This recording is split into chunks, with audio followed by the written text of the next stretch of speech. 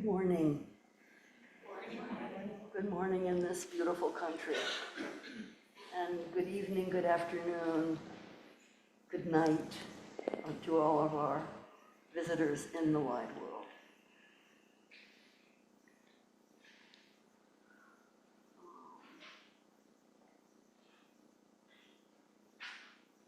This morning is Friday, the 31st of June, the year 2024. And we've gathered to plant life. Did I get it right? May. We're now 31 days in June. May 31st, 2024. And we've gathered to plant life and grow community and grow justice. Oh.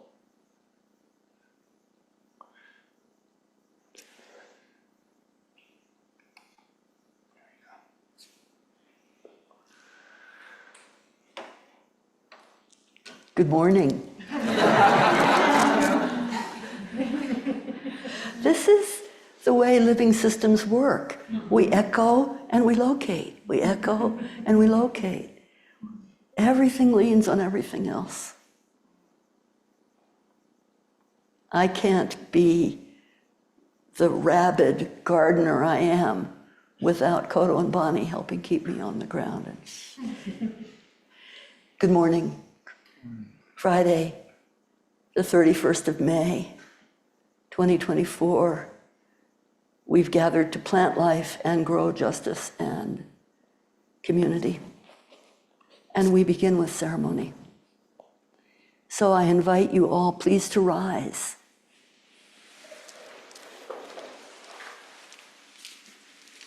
And find your place on the ground. Let your feet be strong on this floor. Lift to the heavens with your crown of your head, lifting up. We are grateful guests this morning in ancient, evolving, and contemporary Tewa territory. And it is an honor to be here and to have Alonso light the fire and initiate us with prayer.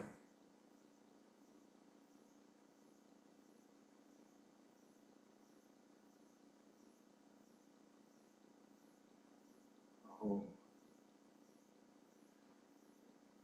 Can you guys hear me? Me now? Get in You hear me now? there. Voice is loud, but I don't think the mic is working. This is what you get when farmers come together. Okay. There. It feels like we're inside of a cave. The voice is very reminiscent of being inside of a cave. And in a way, we are inside this temple.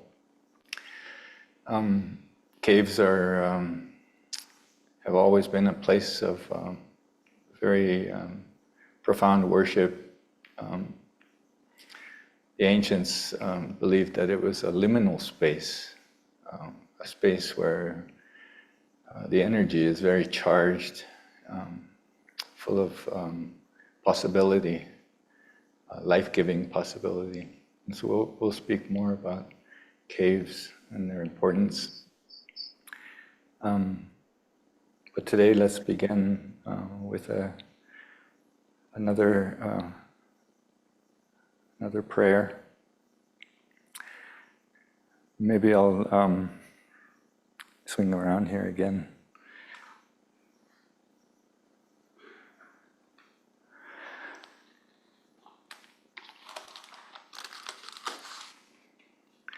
I think by the end of this planting life session, I'll learn this prayer and be able to recite it.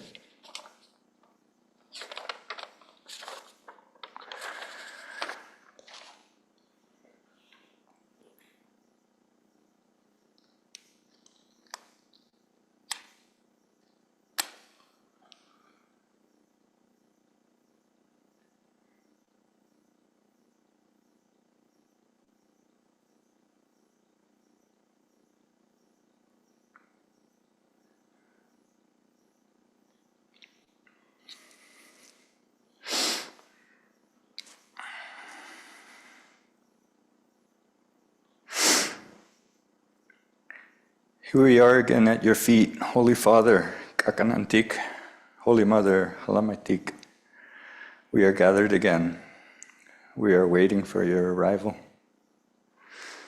Soften this earth with your fertile footsteps. With some luck in our efforts, that our sowing will grow well in your sight, that our little ones will grow well in your countenance. Here with our mothers, our elders, with great will and with great and strong hearts, we bring to you our good seeds. Here is our corn, here is our beans, here is our squash. Lay down your fertility in the roots. Lend us your rich soil for our humble planting. I will come before you. I will put myself before you, this mother, this earth. Oh.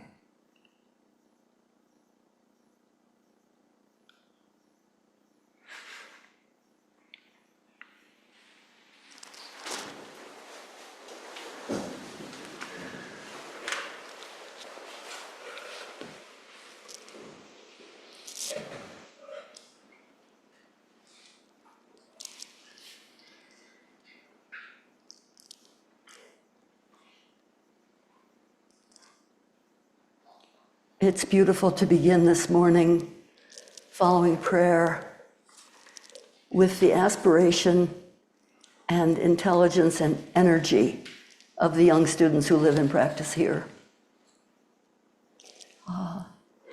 On the full moon, on the occasion of the full moon, just a little while ago, after ceremony in the Zendo and when the night came down and touched the ground, those young intrepids set out right at the edge of dark, climbing to the ridge above Upaya to greet the moon. And they remind us in this offering that begins our teaching this morning of the importance of the more than human world in planting life. So please enjoy the dance of the hummingbird moth in the moonlight.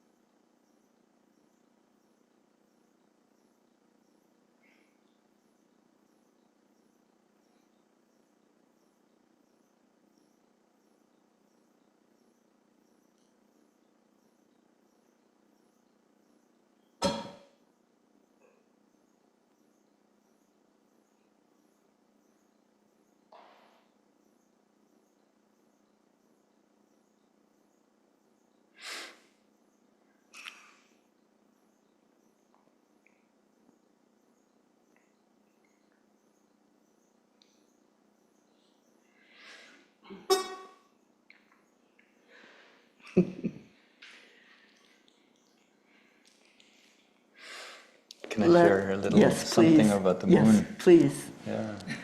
There's a very important thing I wanted to share to you guys about the moon, which, if you aren't aware, we are currently experiencing the 18.6-year cycle of the moon at its maximum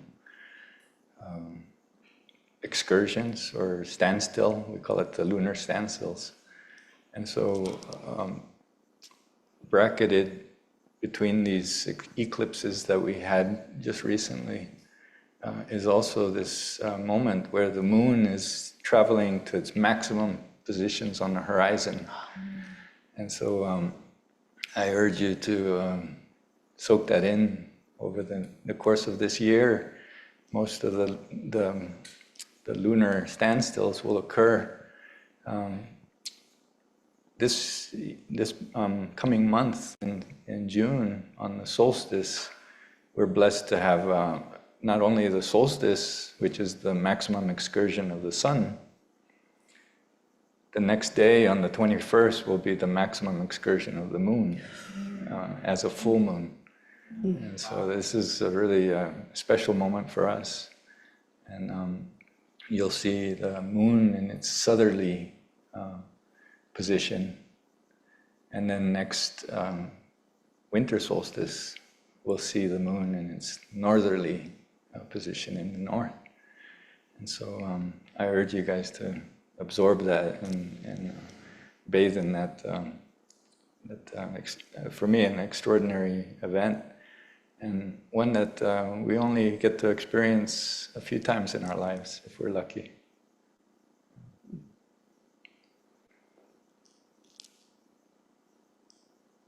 So let's take that in. We began by standing to honor the gift of being able to plant life and to feel both our groundedness and the dome of heaven above us. I invite you now to, if you're on the floor, go ahead and put your hand, your human hand, on this floor, the cave floor, the floor of the cave, the womb of the world. Or if you're sitting in a chair, human feet are just fine. Let your feet and toes feel the warmth of this floor. It looks solid, but actually this floor floats on the currency of vow. Just a year ago, this temple wasn't built. Roshi's dream was coming. The enso was about, the points were about to touch, and the floor was naked. And a human man, both a farmer and a teacher, a priest, came in with a paintbrush dipped in dark black paint and drew a dragon on the underfloor. Watch and see.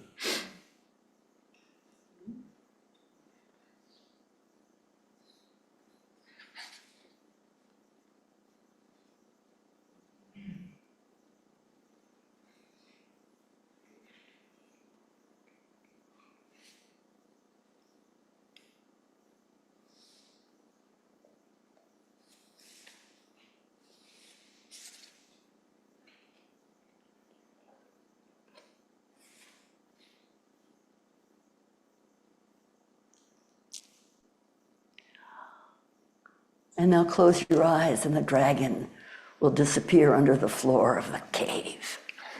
And we'll return to this world. And for those of you who have never chanted before, this morning when we chanted together in the meditation hall, we're calling up wisdom beyond wisdom. We're calling up boundlessness. We're calling up sickness and health.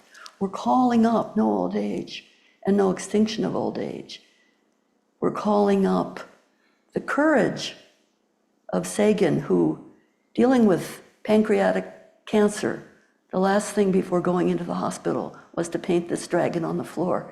And excuse me, but would you mind rising and showing us? We want to just thank you. Here's the artist.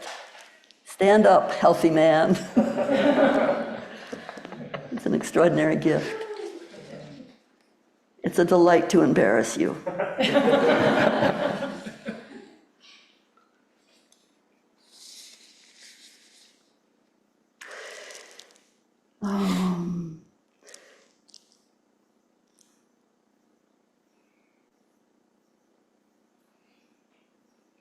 Let's never forget that we are the consumers of life. High on the tropic level, precious human life. Precious human life could do better than to not consume so much. And to begin with gratitude to the producers of life, the hummingbird moth, all the animals in the garden and beyond, the more than human world, and the minerals and get brighter and stronger in the moonlight, especially in this turning. All beings that produce life as we consume. This is a triple treasure in itself. And then the presence of the decomposers, the gift of coming apart. Those who take apart manifest world and recombine it and make possible our life stream.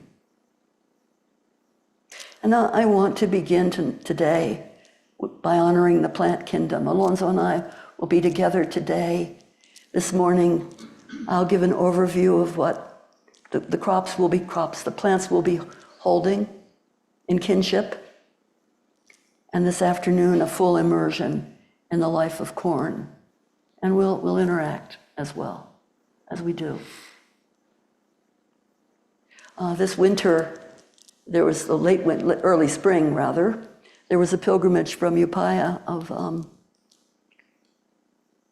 the ordained members of the community traveled to Japan. And I thought of them, and I thought of the three friends of winter, Sho, Chiku, Bai, in Japanese, and how important they are in Japanese system, in the garden system. Three friends of winter hold us to our deepest vow and also remind us of our interdependence. And there are some beautiful pictures that came back from Japan. I want to begin with honoring Sho, or pine. But before we go to Japan, let's stay here and call up the scraggly, wild, ancient pines of New Mexico. We'll be in their presence throughout this weekend. So to begin with them is important. Naked seated ones, ancient ones. Pine for strength. Have a look.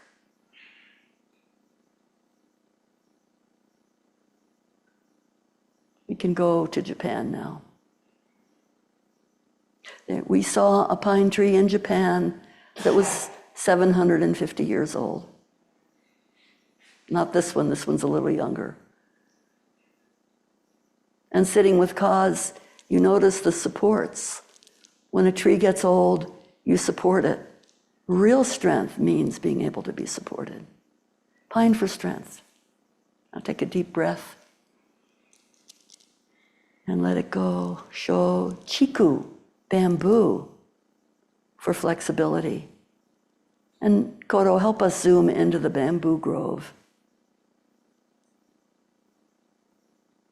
The grass can take more weight and hold it, and then when it gets too heavy, drop it. It's a wonderful teaching. We are not talking metaphor. These plants are in us, we're made of them, we're sheltered by them. They're present here at Upaya, and their analogous friends are also present. Bamboo for flexibility. Strength in the pine, flexibility in the bamboo. Now a breath.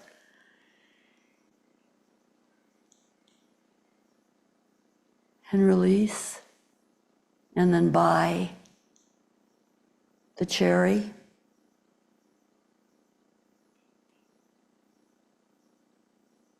When Kaz turned 90, I asked him, what tree shall we plant for you in the garden? And he said, well, I do love a cherry. We have a beautiful cherry from Mount Fuji in the Green Gulch Garden.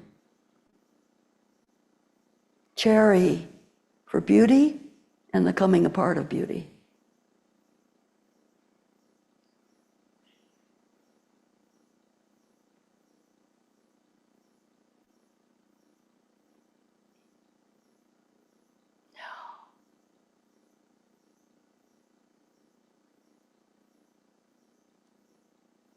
And come in close.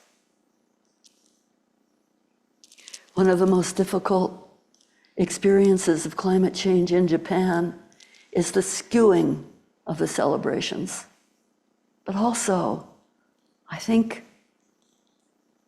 we have to honor our pain for the world and recognize we cannot plan a ceremony of when the cherry will open if we live the way we live in this world. So when the cherry opens, we'll celebrate. And they're fully open, and their beauty is experienced as they fall downwind, as you know. So remember them, and perhaps they figure in your life. Pine for strength, bamboo for flexibility, cherry for beauty, and the coming apart. Yeah.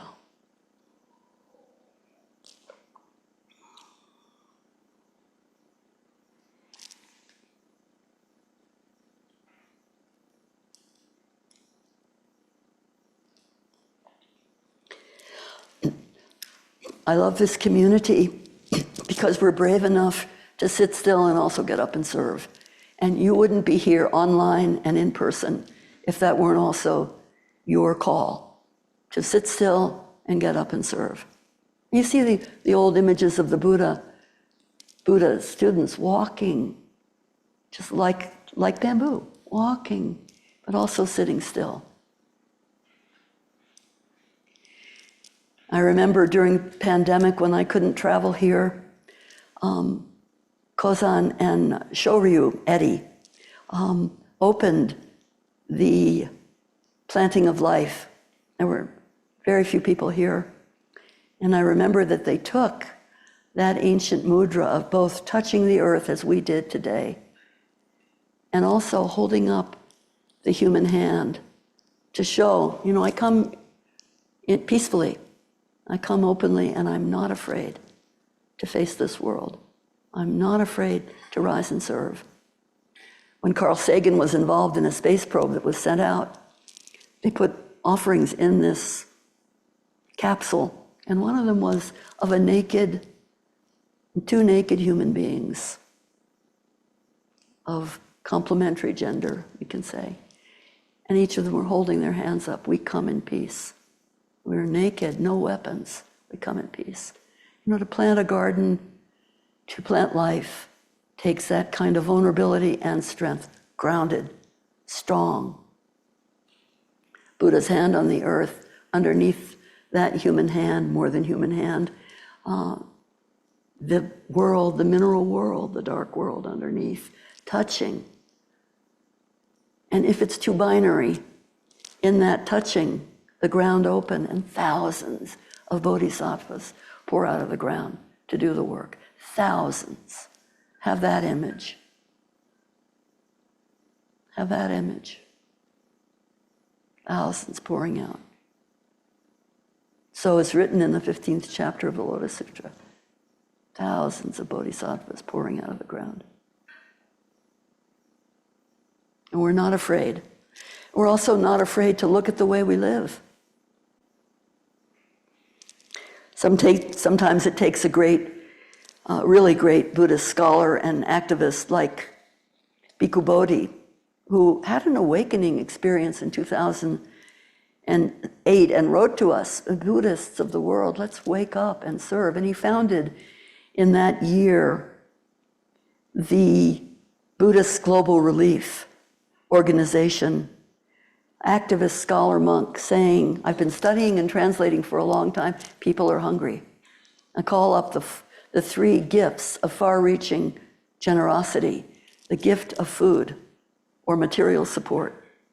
You cannot teach, work, serve, meet, love, remember, protest without the gift of shelter, food, water, that kind of material support. And secondly, the gift of good teaching, dharma that holds, supports, that's upright, strong as a tree and as flexible as bamboo and as willing to come apart and be recombined as cherry.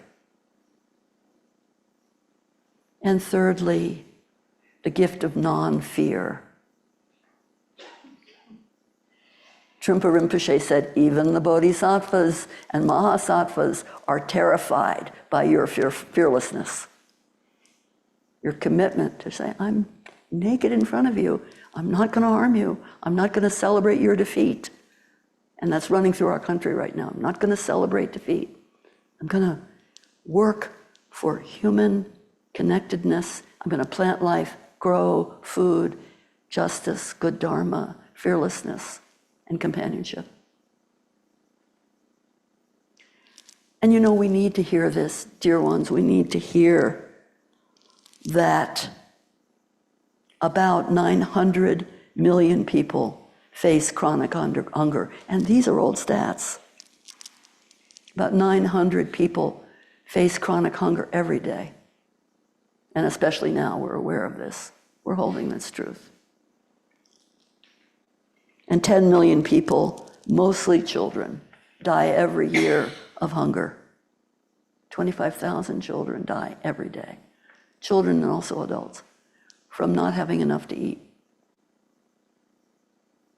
And climate relief and resilient, organic, regenerative agriculture can mean the difference for 80% of the world's undernourished. So yeah, I'm a fanatic grower because I've been infected, I've been inoculated, and I've been colonized by this truth and by this living recognition and by the practice of sitting down on it every day with a meal and a feast and a banquet spread before me.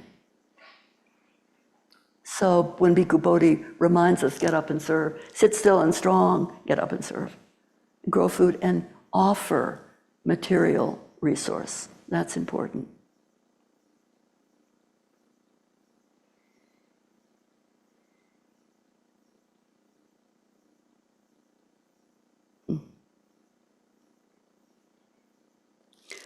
So we've met the three friends of winter, and now to introduce you to the persistent crops of antiquity here in the so-called New World. The beings, the teachers, the kin, the relatives will be paying attention to in this time.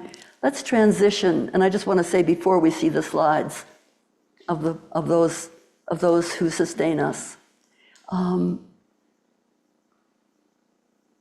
going to just show you a trinity. Chohei-go, those who sustain us. Die-ho-ko, those who sustain us and give us life.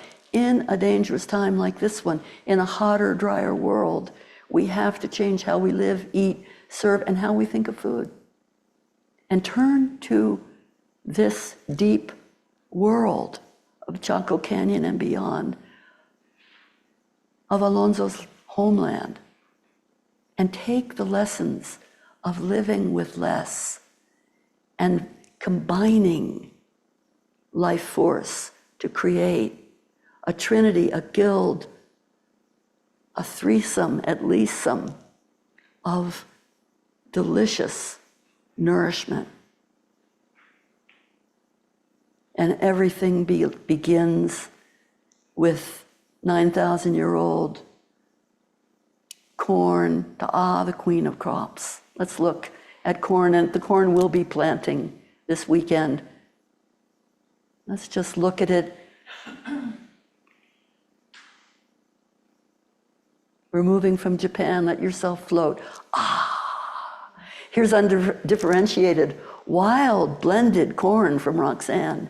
She gave us ears from all this different corn and asked us to put it together and chose special ears for us to plant. This Hopi Supai corn. She crossed the mind of the Havasupai Canyon with the mind of the Hopi world, ancient, hard flint pink corn with soft, flowery, sweet corn from the Havasupai world, put them together and gave us some of the offspring.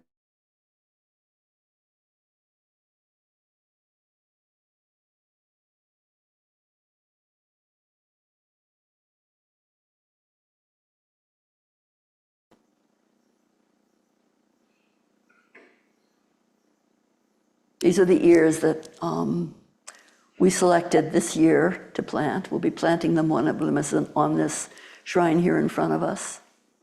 So we grew quite an extraordinary harvest. And in the winter, Roxanne Swensel came from Santa Clara Pueblo and joined us in the core of the winter practice period. Some of us in this room were present as we rematriated or returned corn, the queen of crops, to its original breeder. In her mind is the mixture that we were privileged to be able to grow here and return to her in January. So let's look at that return.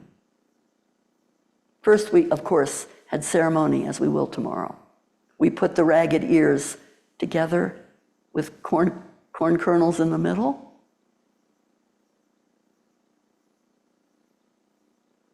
And lo and behold, isn't that incredible? And that's the best of the harvest. You always give the best of the harvest to the breeder, and you never taste a single kernel. Not until it's settled law. That will be, as soon as it settles, unsettled again. Corn, the queen of crops. Wendy, is there a difference between the red and the white? Or is it all the same? The red and the white. Corn there. Oh, what a beautiful setup, Kodo. Thank you for that question. Because if you'll just let me introduce the three sisters, then we're going to introduce the offerings here on the altar. Alonso will introduce you to the colors of corn and how they molded Mary. Corn, the queen of crops. Beans. Oh, let's see, this is corn that Upaya grew, thank you. So this is beautiful blue corn, which we grew, Tewa blue corn. We began in 2011 with a gift of corn from Española, close to Roxanne, the blue Tewa corn. She came a few years later and said, this is good, it's almost pure black, as you'll see on this shrine. Later today, you can come up and look. No mixing, and you can see that array of beans in the front. And all of that corn was rematriated, not only to Roxanne, but through Arizona State University and the ample and capable hands of Melissa Nelson and Chef Lois Ellen Frank, rematriated to Native communities all across the Southwest. Our harvest. We have very little left. We're going to grind it to smithereens tomorrow and share that too. And here they are. Look at that. Just nice to see the squash. And let's move on. I think we have yes, so here you see squash. You see beans standing up tall, scarlet runner or the bear paw bean. And at the feet, a whole bevy of squash. And these three members of the ancient Trinity belong together, grow together, and nourish together. I'll talk about them in a moment, but let's let the screen go dark and take a breath, a deep breath, and ask Alonso to, you won't be able to see the shrine, but maybe Noah can focus on it and you can see it on the screen. This is good, we're in person. Why shouldn't we also experience what the online community experiences? So look at the screen in this cave and we'll see a reflection of what's right here on the table. I don't know if you can pinpoint it, maybe not, but it's enough to pinpoint, Alonso. Go ahead.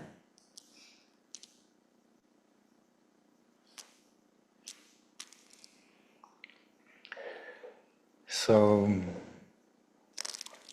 assembled here on this table is a beautiful selection of some of the species that we're going to be working with tomorrow, planting.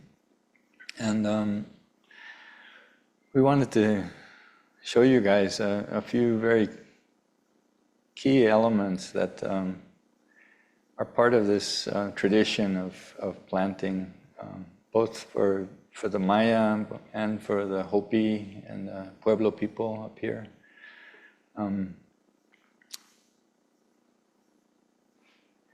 Oftentimes these plants are key for one another. They support each other. They grow next to each other. The root systems will entwine, some plants providing nutrients for others. some becoming a support for others as they grow. So we wanted to show that and represent that, and also some of the traditional uses of plants. We have a couple of examples of that. Some of the most ancient of technology. We talk about cord, string. This is perhaps one of the most ancient human inventions. And what is this good for? What purpose does this serve? In the ancient times, it was used perhaps for fishing, to make a net. And so a plant was taken, like agave, sisal. Traditionally, the men in my village, they would take the fibers and roll it on their legs and create long threads. Those threads were joined to make bags, nets. And this is a really one of the most useful tools that we have. You could carry things. You could keep your spare change in it. You could, in fact, the weaving pattern that we see here is symbolic. It becomes a core image in Mayan hieroglyphs.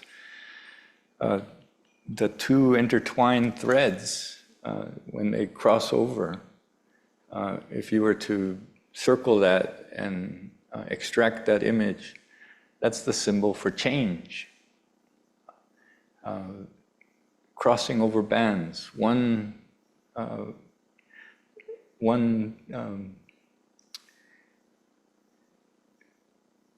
element comes before the next and crosses over. This is used in the tradition of change of office. When a person takes office, a very important symbol is given to him, and that's the woven mat. The mat symbol is also that cross threads. And so it was very representative of the role of office, of the cargo that one held. A cargo was always a bag, and you wore it on your head like a tump line. And so this was the passage of time. Time passed as a cargo as well. And so it's very, very symbolic. So we have examples of these. We call them johak in Maya, or helabil. Hel meaning the change, the cross threads. The usefulness of gourds, ancient traditions of using as, this was even before humans invented ceramics. Gourds were used to carry water. And so I brought my water gourd with water from El Valle. To us, we're gourds. And so these are traditionally very just essential in life.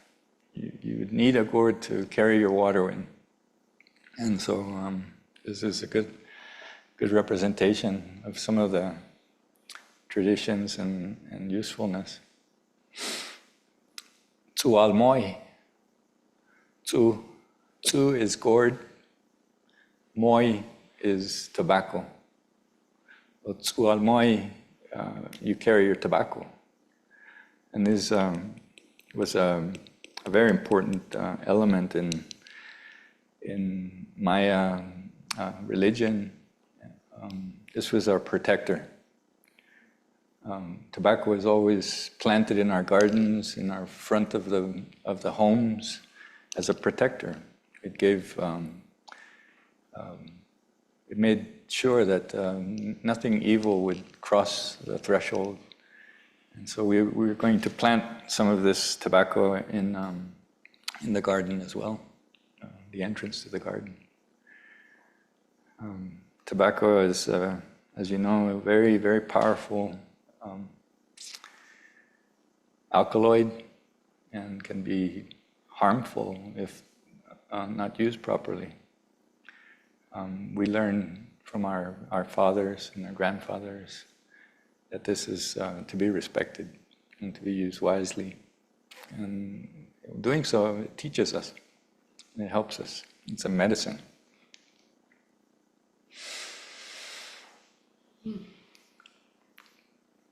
We made a little representation of the corn to give you guys a good example of the varieties of corn. It's one of the most versatile of plants, and it becomes such a varied element, and it has character. All these different cobs, you should come up and later on and touch them and look at them closely. See how they're formed, how they grow. It's a miraculous thing to have a seed so small, and yet inside that seed are all of the information, all the genetic information of that plant. And so we'll talk more about the name of seeds. Bak. Bak in Maya is bone or seed. It's the same thing. It's a homophone. And they behave very much like one and the other. And we'll talk a little bit more about that. We have the ancestors of corn, the teosinte, that Wendy was so kind to bring to us. It's a great example. And one of them in particular I was very drawn to because it looks just like a snake's rattle, rattlesnake rattle. And what's curious is that in Maya tradition, tzab was the rattle of the snake, but it was also the name for the constellation of the Pleiades, because it's a cluster of stars, and it was thought that the Pleiades was the rattle of the snake. And when you go visit Chichen at the Castillo and you're able to climb up to the temple, you'll see the two pillars at the front of the temple. They're two rattlesnakes, and the tail of the rattlesnake is up, pointing straight up in the sky.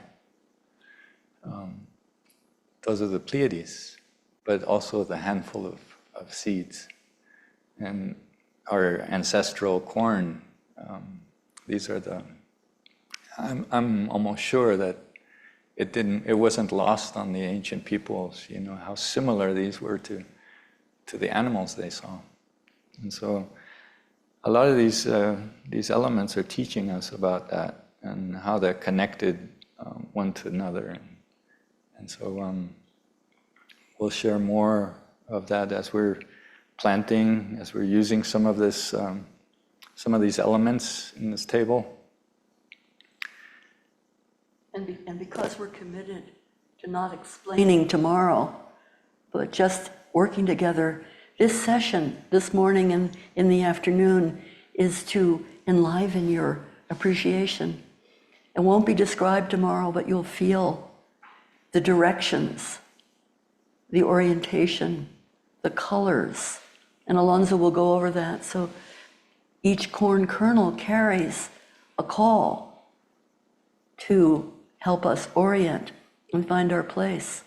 And when Alonso and Roshi are in the middle tomorrow and we're gathered around without explanation, we enter into that dance, that spiral dance. And it begins with a little wild, nasty, naughty, they almost look like shark's teeth, the teosinte. It's just a wild grass, but That grass is the ancestor of corn. And now in the breeding back, bringing corn back to life from genetic modification, the gene pool of teosinte is massively important for reintroducing, rewilding, reinvigorating, breaking open the deadlock of gene injection, breaking it open, rewilding, bringing in the rattlesnake breath, back to life, back to life. So we'll take a little bit of teosinte seed. Part of the ceremony will be, I get to give some of that to Alonso, and when he's ready and you're not looking, he'll scatter it. And that rattlesnake corn, he admired it. It's going home with him. We watched to see, what are the ancient ones like? And he went, oh, when he saw that one, so it's going home. But introduce us to the colors. Where do you begin? What direction do you begin in with color? Well, I always consider the center is the place to begin, because we're calling on our own connection to those directions, and who is there and calling is us, and we have to situate ourselves correctly. We have to find our center in this exercise. And so we begin, we put the turtle in the middle here. She represents the earth. Here's some upaya earth that can go the near dome. The dome of the turtle is like the earth. The turtle carries its home on its back. It's a very powerful protector and symbol and animal that is Those of you who were here last year for the Varela Symposium remember Professor Melissa Nelson from, she's Anishinaabe and Norwegian. Her father's a Norwegian farmer. Her mother, Anishinaabe woman, telling us the creation story is muskrat going down to the bottom of the world, brave little, tiny little muskrat, down, down, down, down, down, just to bring up a clawful of earth to initiate the world. Mm-hmm. So from the work of the animal and the dream world and the intention to go down deep and come up, turtle in the middle. So that's also represented by the blue corn, jade rice, as Wendy called it. And then we turn to the east. This is the place of the rising sun. The place we call Lak Kin in Maya. Lak is the bowl, Kin is the sun. The bowl of the sun emerges from the horizon. So we have red representing the east. Oh, did Yellow. I make a mistake? Sorry, we should have started with red, pardon me. So red in the east. Okay. This is the east, pardon me. Yeah. Different traditions will have different colors. Yeah. We know in the north it's perhaps because of the relationship and the weather, the conditions that change over the distance, but it's pretty much a pan-American concept of relating these colors to the directions. And so we use red for the east, the place where the sun rises. This is corn brought back to life and into cultivation from a young Native woman, Maya Harjo, Quapaw corn from her world or Oklahoma, mixed world. Seed was really hard to come by. I told Alonso this morning, she spoke to a person who headed up a seed bank and said, could you entrust me with some of the seeds so I can grow this ancestral corn again? They said, we can't give it to civilians. And then she slipped it into her pocket and said, oh well.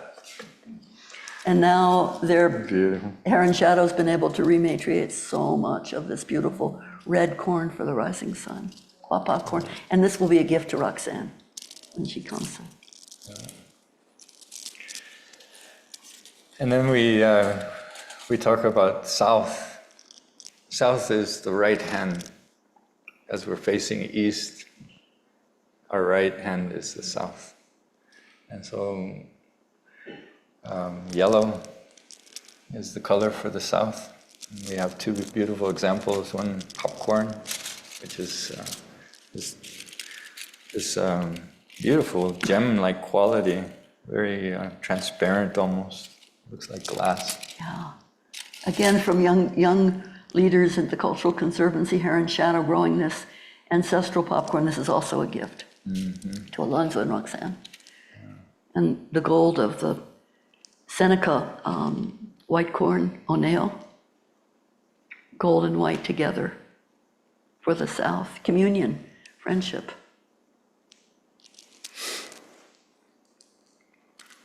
In the West, Chikin, Lakkin, East, Chikin, West. Both have the element of the sun, Kin. And when they're written in the hieroglyphs, both include the symbol of the sun. This is the path of the sun from east to west.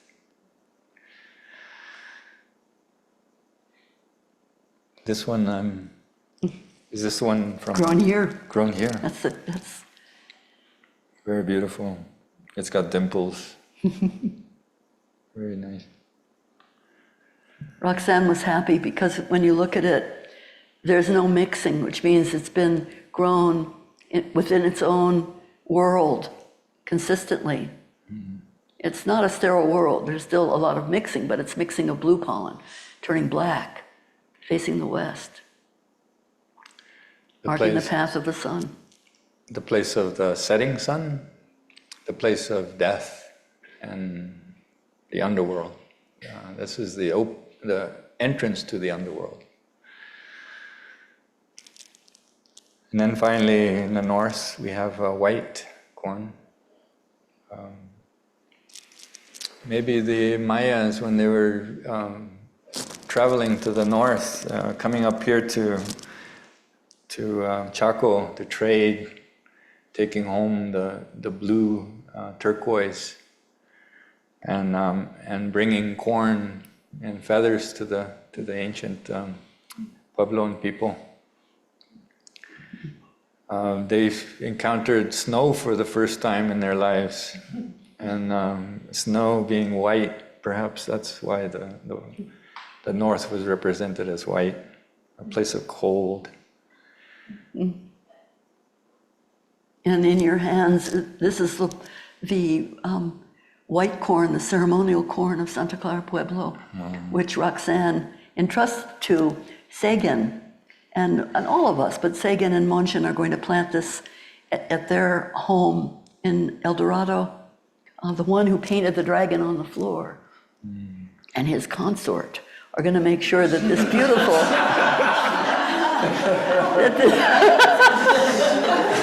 there's going to be a consortium of white corn growing. That's very, very, very exciting, and I'm thrilled that young students here will help. It's an incredible gift, 18 rows. Alonso was startled. My husband called me back twice and said, really, 18 rows? We've never seen. This is a very densely packed corn. Each kernel recreates the whole mind of the corn. And this is only for ceremony.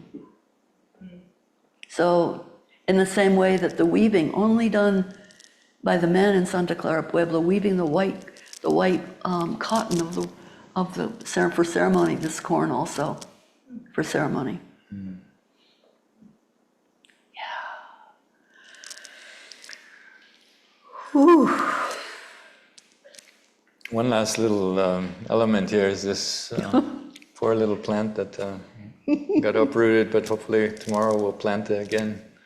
This is amaranth, and also an ancient plant that was a staple in ancient times in Mesoamerica.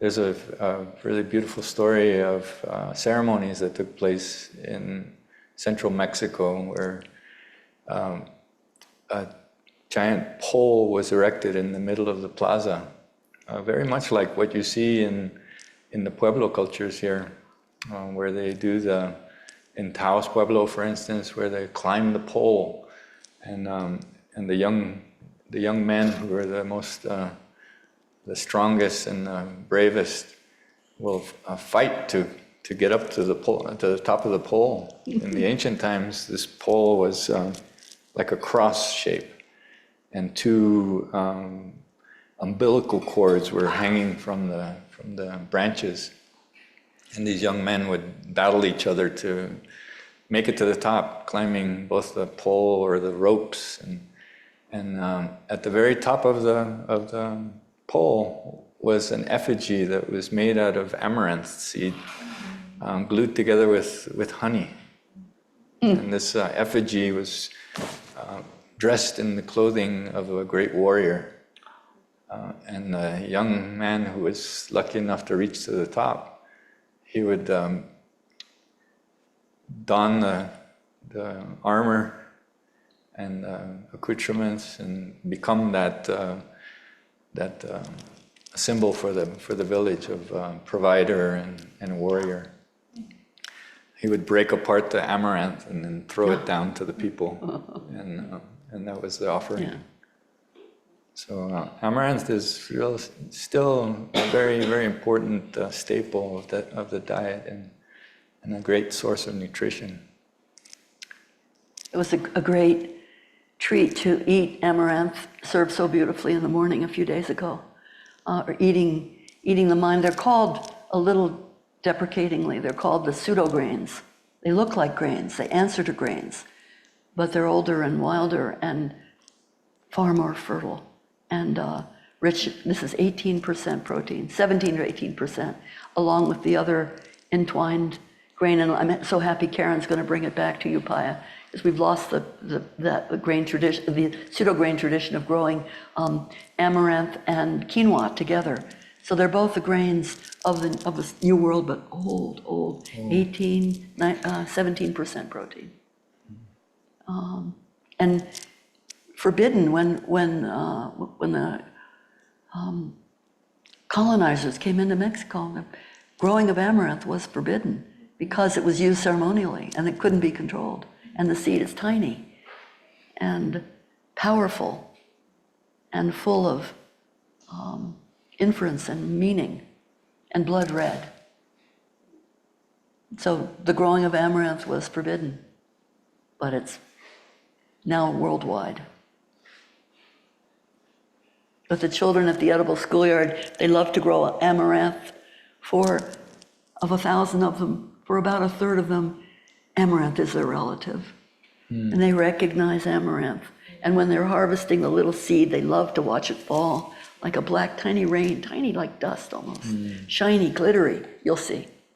And then they take the amaranth leaves and rub them on their cheeks and put them on for lips. The boys, so-called girls, everybody together doing it so that they're beautiful for ceremony. And then they make little amaranth cakes. And remember what they're made of and who they are. There's a relative in their hands. So amaranth can never be forbidden, can never be excluded from the dance. And is also a guardian. We'll do guardian amaranth red on the west side to remember the east of the garden tomorrow, and then tobacco in the front. And on the right-hand side, the east-facing side, sunflowers. The beautiful sunflower of the ancient world. In the face, Shiryu, can you hand me one of those sunflowers, please? Be nice to get it from you, warm hand to warm hand. Yeah, perfect. Yeah. It's so beautiful when you look inside of the heart of a sunflower, and I hope you'll really do that. This is, of all the flower families, the composite family, I love to call it that because that was its original name, one flower, so-called one flower, but it's composed of many tiny florets, and each floret carries a seed, so that you can have anywhere from 1,000 to 4,000 seeds in the head of a sunflower, a cultivated sunflower. And how do they roll? They roll, this is I want to get this exactly right, 34, up to 34 interlocking spirals, and then a reversal, counterclockwise, whirl of 55 spirals, actually dizzying when you look in, a dizzying, fractured Fibonacci series of interlocking spirals in the face of every sunflower. So, what a gift to have sunflowers as guardians, and they are guardians. Their pollen is used in ceremony. And Gary Paul Nabum reminds us that in the old world, the Hopi people have cultivated the Hopi black dye sunflower for generations. A multi-branch sunflower, they can get to 10 feet, dropping dark black indigo seed that's ground up, it can make meal, and also to dye the clothing. The indigo color comes from those interlocking spirals, back and forth. And of course, protein. Anyone who's chewed a sunflower seed knows this is protein and delicious.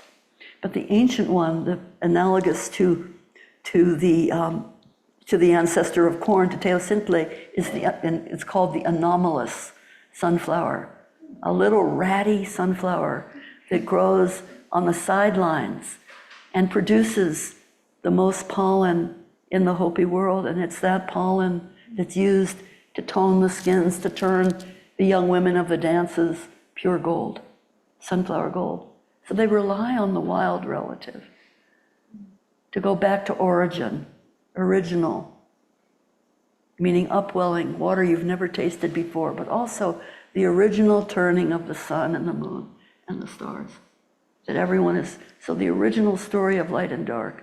The original plants are wild and tiny, but they carry the code of continuity. So those are the guardians, and then the bean, I want to just say the bean in the inside, the bean plant is sovereign. It doesn't mix pollen. Hence, we'll be able to grow scarlet runner beans and also the Fremont bean, which was a gift from the author of Omnivore's Dilemma, who was with us, and the author of Second Nature. Wonderful teacher and friend here with us for Varela, gave us a handful of Fremont bean seed, which we can grow on one of the supports in the garden along with scarlet runners. Beans represent communication. They run the high roads in the mountains. A handful of beans would be carried and passed, and then that gave news. Oh, that's what's happening down there. I thought some things. And then run on and then pass. So we have all the different colors of the beans. They are sovereign. They have the capacity to take in nitrogen. 78%, some high percentage of the atmosphere is nitrogen. They can drink in nitrogen and have it be fixed in communion with bacteria on their roots, creating what my little girl, when she was a little girl, called little pink pouches of protein. I thought, wow, that's pretty. Little pink purses of protein is what she said. I don't even know what a pouch is. Little pink purses of protein is what she saw when a bean plant was pulled up. And it's the consolidation of the union of heaven and earth together in a bean plant. And of course, they're offering protein to the field. So they belong together. Sovereign corn with the sovereign corn plant with fibrous roots reaching out. Bean plant plunges down into the ground, taprooting down. And then squash covers the field. And squash is actually the eldest. Beautiful, one of my favorite books, and a gift to the library, Enduring Seeds by Gary Paul Nabum. In it, he talks about these crops. He's the founder of Native Seed Search and preserving so many varieties of seed now. The work has gone on for decades. And he tells us the story of squash. A group of botanists went to the highlands in Mexico looking for the ancestor of squash. We're going to find the original squash, and the best and youngest and most vital and intrepid, the ones that go to the top of the mountain to see the hummingbird moth, ran out all across the hills. And the oldest botanist, who was kind of tired, the head professor said, "Show me the curandera in the community. I want to see her. Well, you don't want to see her. Her garden. No, you don't want to see her. Her garden's a mess. I want to see her, please. So he brought gifts to this very old woman. Her garden was a tangle. And they shared stories and gifts. And in the end of their meeting, he asked her, do you know this plant? She said, oh, yeah. He said, really? Can you take me? She said, of course, it's right over here. And leaning up on the fence between the wild and cultivated world was ancestral squash. And he was able, with her permission, to receive some of that seed. It's just a beautiful botanical story. You go out looking for the wild. You think you're going to find the wild ancestor in the wild. Maybe not. The wild ancestor wants to breed and live again and take up all those forms that squash can take. Gourd, pumpkin, zucchini, kabocha, cucumber. Give me life or give me death. Squash wants to live in a new way. So of course squash is a fruit that protects the field. It runs at the baseline, at the hemline of all the other crops, covers the field, holds the field down, quiet. So here they are. This is an extraordinary bevy of food, and it's so good to remember that it is indigenous people who are responsible for breeding and introducing the crops we can't bear to live without. Tomato, potato, corn, beans, squash, tobacco, sunflowers, peppers, chile, also in the squash family. All of these crops come to us through the mind and heart, the interbreeding of relatives through the indigenous community. And they're all worthy food crops for our times. Deeply worthy. So, let's have a time check. How much time do we have left? I think we ought to have a bio break, Wendy. Yeah, I think so too.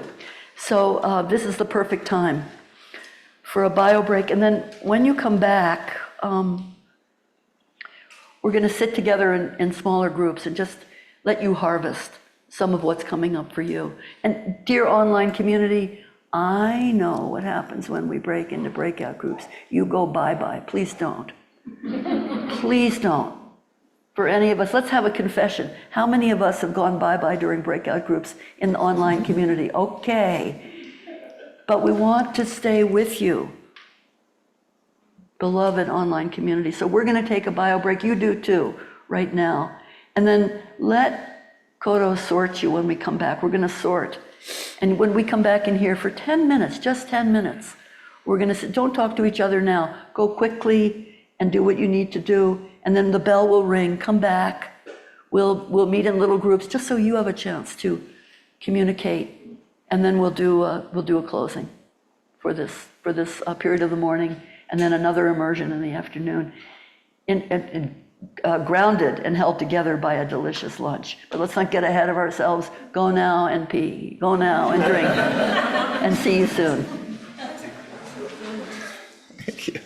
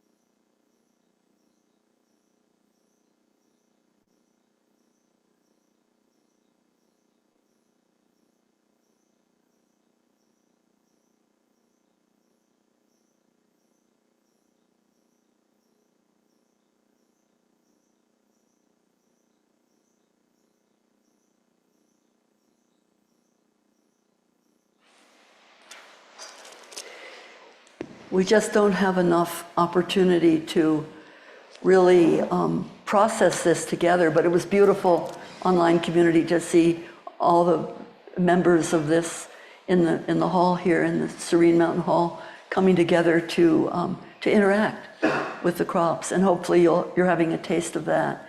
So we thought to have 10 minutes of breakout, and let's stay in the cave and in the outer world of the cave. Just right now, who's close to you? 3 people would be good.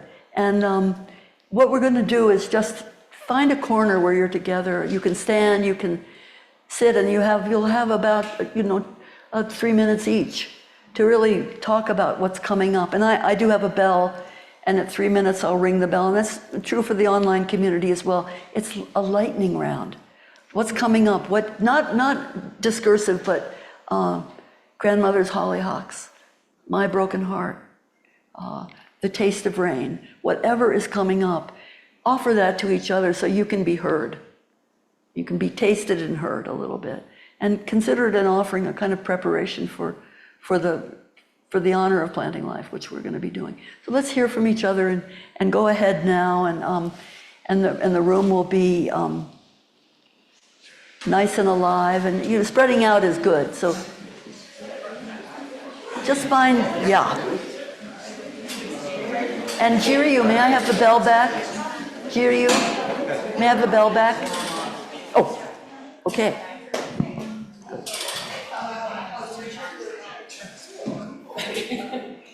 Can take us off mic, then we can interact if we can turn this off. Beautiful. Look at that gourd. Thank you. Gordita. You're eyeballing my gourds.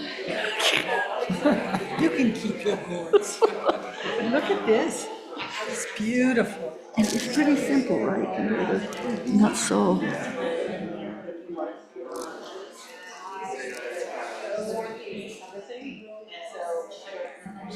So tomorrow in the garden, I think you should pray in the directions. Okay. Susan's bringing my trumpet today. The conch. Oh, okay.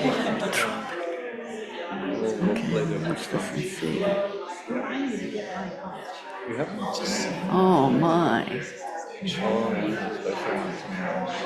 The best. Oh, they play the conch there too? I'll look for it. Well, we're gonna be putting together.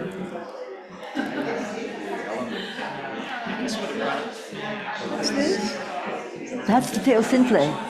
That's the one that Alonso loved, the rattlesnake.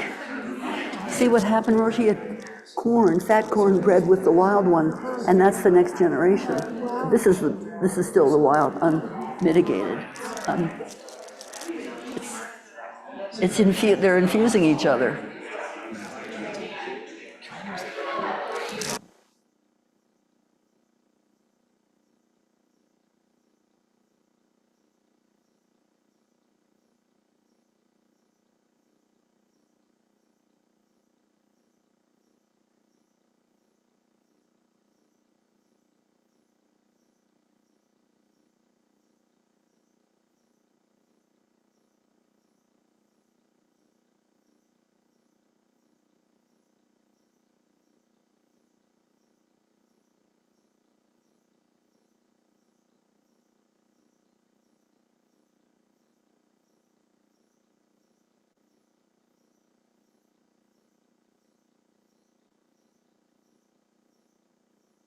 Going.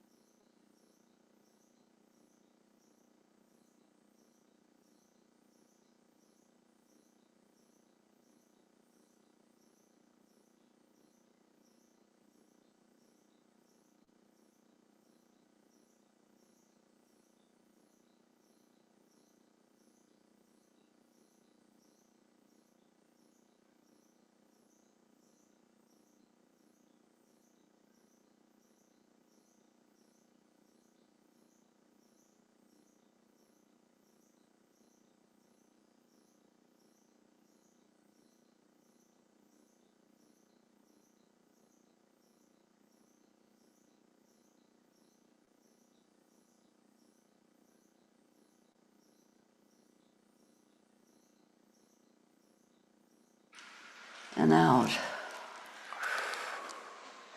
Online community, I hope that your connection was strong and good.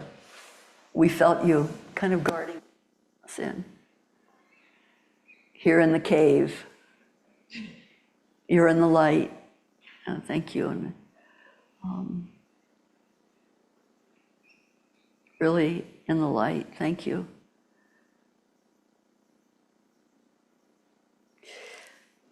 We have a little bit of time, and of course, in the way every story moves, and because everything leans and everything is contingent on everything else, I want to say that when people gathered around this table, a story came up in Alonso, and I asked him to share with the whole group and make sure the online community could hear too. So none of us have heard the story of rubber and the ball and the play. And it's always playfulness that opens the door between worlds. When suddenly, first Talia, who's very careful and full-hearted, respectfully bounced the ball. I said, "Rip." And she really bounced it. And then everyone wanted to play. The ball wants to be in play. So Alonso. Thank you. The ball. It's a fascinating story, and I'm going to share a little bit about the ball game and the hero twins later during the talk of corn, because it's a very important part of that story. But this story I wanted to share with you guys is just the story of my encounter with the rubber ball and how it came into being, because I had never made a rubber ball before. And although we had rubber trees nearby, and my whole time in Palenque, during the time that we were working in the site, there was never a thought in my mind about making a ball. And that continued for, I'd say, about 10, 15 years during the time that I was there. And it wasn't until Hopi man came down to Palenque. He was Harold Joseph from Tuba City in Arizona. He's from Second Mesa. And they were on a journey down to Mexico, and we hosted them there because they were in need of water. They were suffering a severe drought in their village. And so he heard somehow that Palenque was the place to go to, because that was the great red city in the south, the mythical great city Palanquapi, which curiously enough is very similar to the name that the modern name for Palenque. And so he said, well, let me travel to Palenque, and they chose amongst the village 3 envoys to carry down to Palenque and other places offerings that they would make in places of where there was water, and that would perhaps bring the water back to their village. And so he came down. We did ceremony. He visited the site, and he helped. Together we did an offering there. And then somewhere toward the end of the trip, he came up to me and he kind of whispered to me. He said, "You know, Alonso, you talk about those ball players, the twins that carry around the ball and they play the ball." He said, well, it so happens that I'm the guardian of one of the ball players in our kiva. And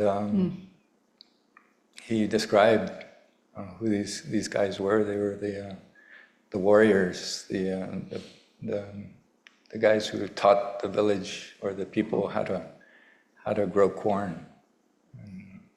And he described them basically verbatim to what the story of the Maya was.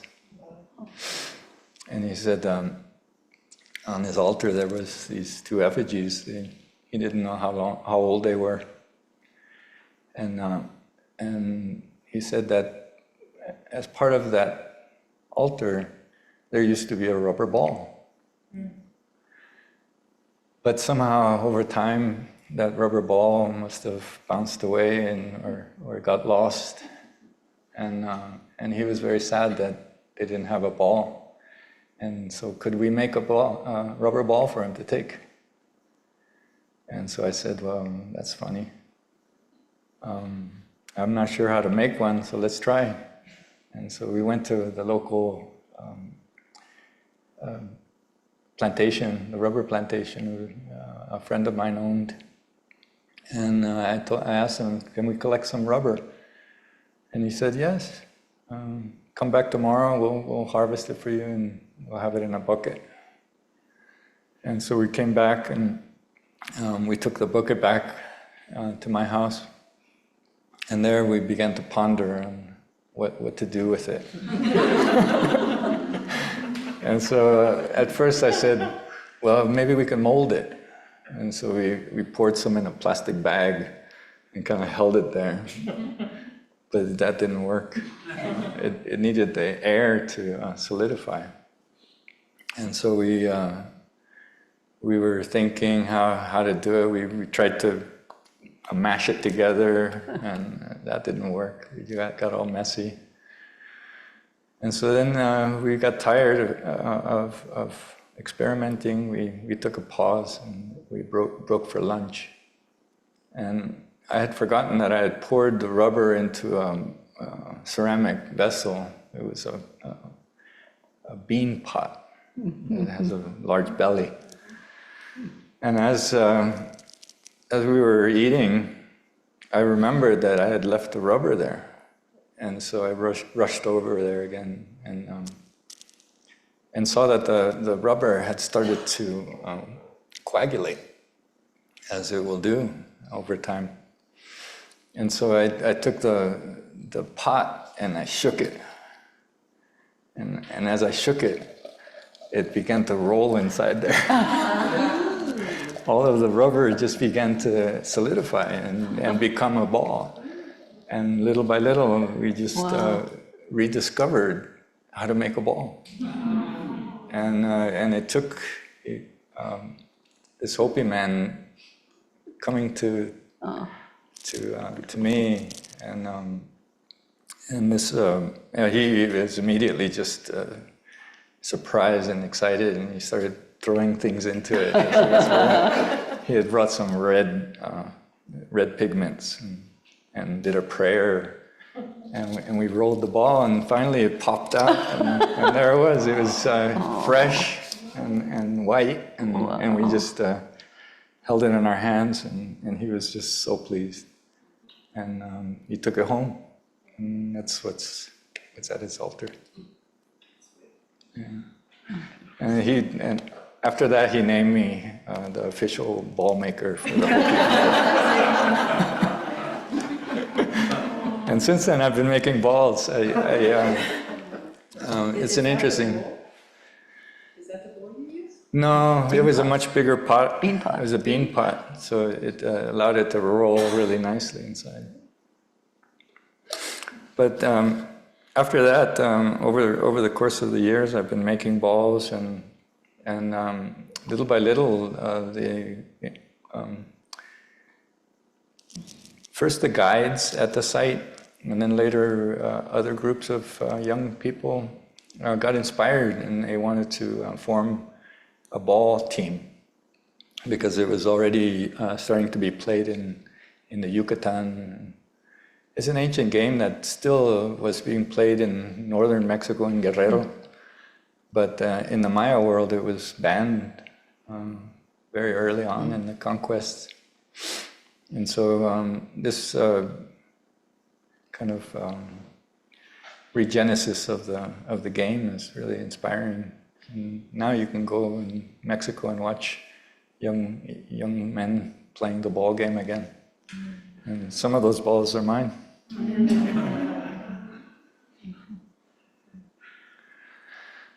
Hopefully tomorrow we'll play a little bit. We'll take a little break and play some ball. Thank you for that story. I think it would be a real gift if we could hear from the online community, just what's percolating out there, and if that could infuse what's happening in here. So how will we recognize? Can you help do that, Noah and, Koto and Bonnie? Yeah, good. So this has been quite a harvest today, and in many ways, just to have this deep world be here. We've been planning, but we did not know how it would feel. We did not know that when Terry lived in Mexico and when she was in Guatemala, we did not know that 3 little girls would run down the mountain and say to Terry, "Do you want to buy this cloth?" And Terry said, "Of course I do." I did not know Terry put that cloth on top of the corn to protect it this morning when Alonso and I were going to lay out a red carpet, and I brought it, and Alonso recognized the cloth and said, Well, let's use this. and I did not know that our dear friend and neighbor Cynthia Jurs, who spent more than almost 30 years collecting prayers and offering them all over the world, putting them into small clay vessels and taking them to places of danger, did not know she would come yesterday until it was clear she would. And she brought and turned warm hand to warm hand. She gave to Roshi. She entrusted this little treasure vase that's on the front table to us for a day until the planting day is over. And in November, that treasure vase will go with peacemakers to Auschwitz and be buried in the ground with prayers, with our prayers. So take time when you're together today to put your hands on that vase and send prayers. We did not know that this would happen, and we're following that invisible thread. I don't have a clue. Well, clue, turns out, clue is an old world word for thread. I did not have a clue. I didn't, let go for a second. I did not have a clue. A ball is called a clue. I did not have a clue that we would be connected this way. We were completely prepared and absolutely open. So hopefully that experience has been a seed for you, to seed your own commitment to how you want to go forward. And let's hear from the cloud community, from the heavenly community. So anything you'd like to offer, any essential offering. So we have some time to listen, and then we'll ask for a few comments from the floor here.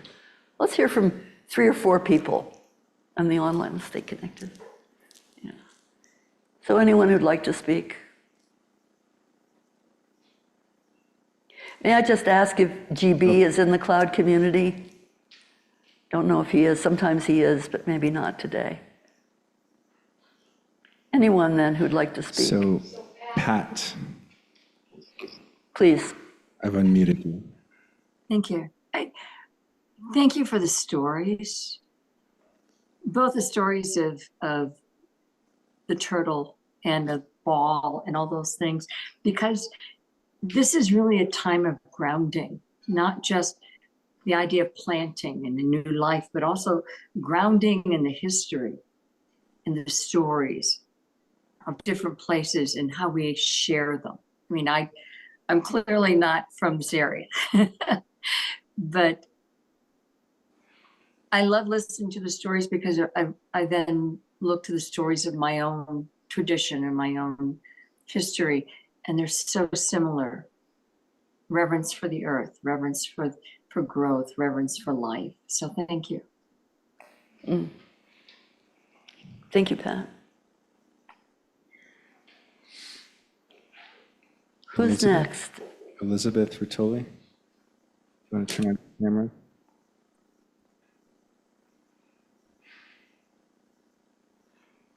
Okay, there you go. Are there? There. I'm struck by how the last 24 hours of my life have been mostly about squash and corn. And they've been about squash and corn because I'm working with a group that's planting a garden for the food bank. And we're growing vegetables, and we're trying to employ as many, ecologically sound principles as we can. And all of the squash and cucumbers started out as seeds in my basement, and then they ended up in the rows. And the interesting thing that's happened, because we've had such an early season, is after the rains this past week, I'm being introduced to a lot of critters that I don't know how to welcome. So I was on the phone all morning talking with some folks about different things that I could do to, sort of protect the plants and protect the flowers and just take care of them and be with them and, go plant to plant and do what I needed to do. And then right before and I got a lot of good tips, and I'm feeling comfortable about my plan. Then right before breakfast, I noticed that a squirrel, and I have lots of squirrels in my backyard, and I haven't taken them their peanuts yet today. I noticed that they had found a little container of compost that I had, and there were 2 corn cobs that I put out probably a week ago, so they dried down. But amazingly, these incredible plants had grown new shoots out of the corn cobs that hadn't finished. The ones that still had a little germ, they had little sprouts in them, and it was the most amazing thing I have ever seen from corn. So I learned something just fantastic about corn and how resilient and how strong it is. And then we've just been talking about that too. So Wonderful. So I think it's a wonderful day. Thank you. Thank the squirrels. Well, the squirrels also, I give them corn in the winter on cobs. They planted it this spring. So in my garden, I've got little odd corns coming up. So there. So there. There you go. Get the Thank pun? you. So there. All right, who's next? Elizabeth. Donna Estes. Hi, Wendy. Hi, Donna. Oh, Donna. And Alonso, God bless you. Something bless Our you. beloveds.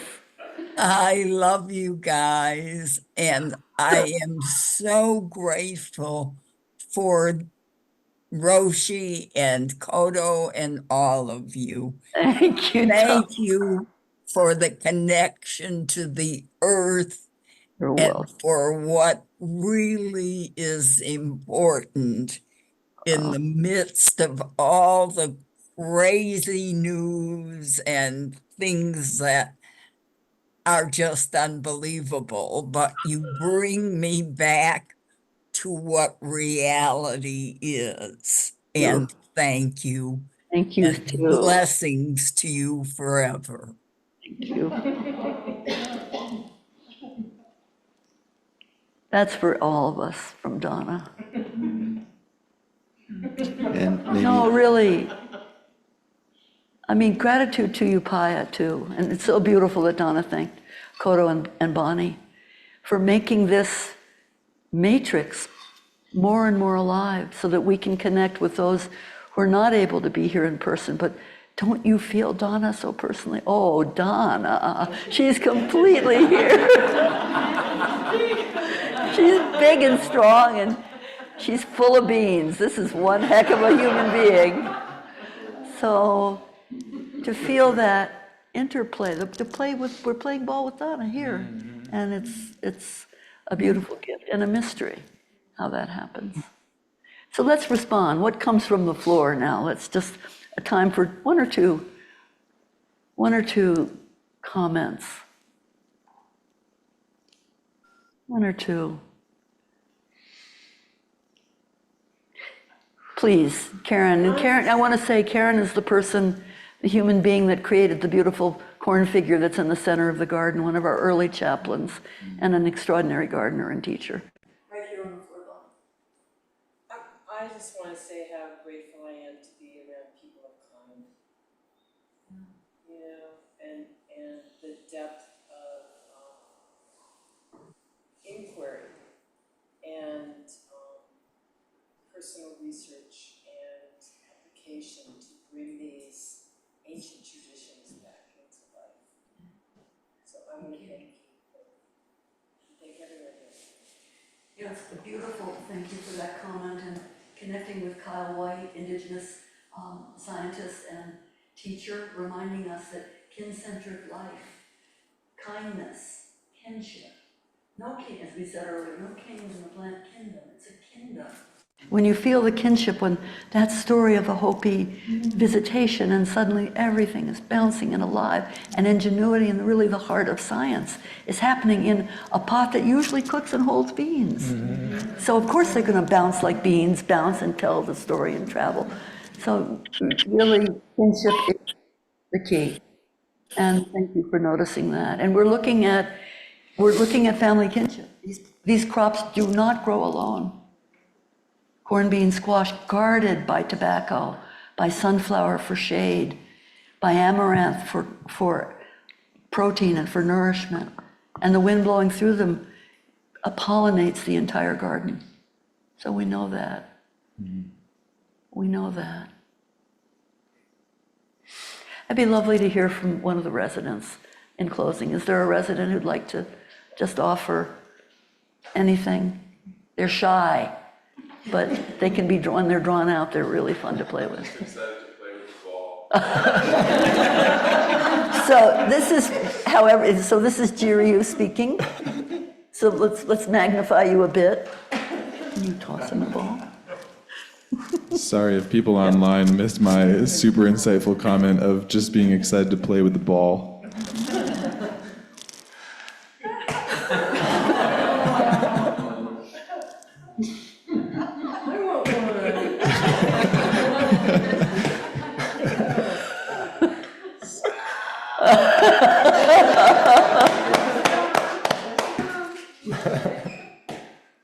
So I guess I have a question about that formulation process, Alonso. Was it just time that it took to coagulate, or were you hiding secret ingredients that you put in there? Well, I think rubber normally coagulates by itself. There can be things added to it that speed up the process, but the magic of rubber is that the plant is alive. The tree itself, when it's scarred and is cut into, the blood of the tree is coagulating like the blood that we have. You know, it's protecting the tree. It oxidizes and it creates a crust on the wound. And so this is the ancient people. They saw that as a kind of a mirror image of what's happening in our lives as well. And so the people of rubber, the Olmec, the Olmeca, they revered the rubber. That was their life, and they traded rubber with other people. And you know, one incredible discovery was in a swamp in El Manatí in Veracruz, and under the water, under the muck and the mire of the lake, a canoe was dredged up. Somebody found this canoe and they pulled it up, and inside the canoe were a whole haul of rubber balls that were intended for some village somewhere. And they were preserved because they were in the water. So yeah. So does it start as the No, I'm going to intervene here because we've got to bounce over to lunch. But I know this will continue. I know this will continue. And nothing else would make me stop except the truth of, the taste of the Tathagata's teaching awaits us. Awaits us, and we are hungry. Look how hungry we all are, real hunger. Come on. Yeah. So let's, but I think we will chant, right? Of course. So, Chant here? yes. Might be easier. Yeah, let's do that. Let's chant the meal. Actually, let's chant the meal chant once, and then let's hear it sung, because it's so beautiful. Sung. Earth, water, fire, air, and space combine to make this food. Numberless beings give their lives and labors that we may eat. May we be nourished, that we may nourish life. Earth, water, fire, air, and space. We have to pitch it higher, sorry. Pitch it higher. Earth, water, fire, air, and space combine to make this food. Numberless beings gave their lives and labors that we may eat. May we be nourished, that we may nourish life.